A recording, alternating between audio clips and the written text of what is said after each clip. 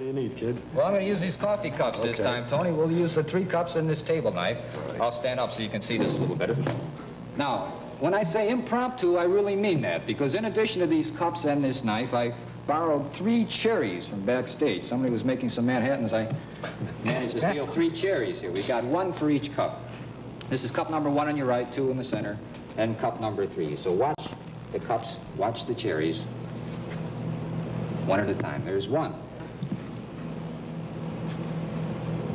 That's number 2. Oh, wait a minute. And the 3rd. This gives me 1, 2, and 3.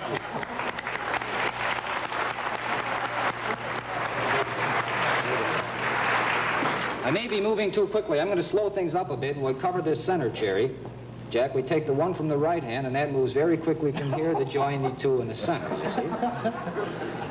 We can do it with either the right hand or the left hand. It doesn't make any difference which direction I go. There's nothing in the end cups. I always have 3 for the center.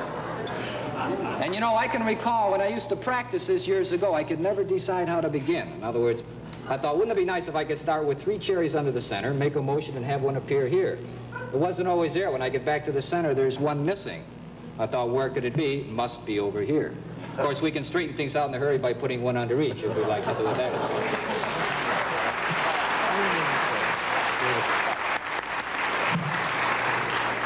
You know, sometimes I have skeptics, Joe, that don't actually believe I place 1 under each cup, so I'll show you that there can be no doubt in your mind if you actually see the cherry at all times. There's 1, converts 2, 3. Now, let's suppose just for a moment that I was willing to explain a portion of this.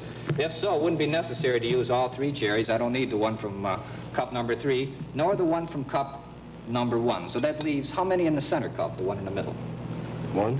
That's right. I just want to see if you're paying attention. But it doesn't explain how this one comes back over here. But actually, I only pretend to place the cherry in the pocket. I just make a motion like this and close my empty hand.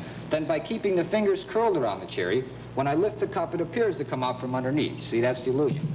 But it's no illusion if you see the cherry go in the pocket. Now, how many would you say are under the center cup? 2. Got to get it sooner or later, actually, than 3. Close. So the only explanation is perhaps I had some extra ones. If I did, Jack, which cup would they be under?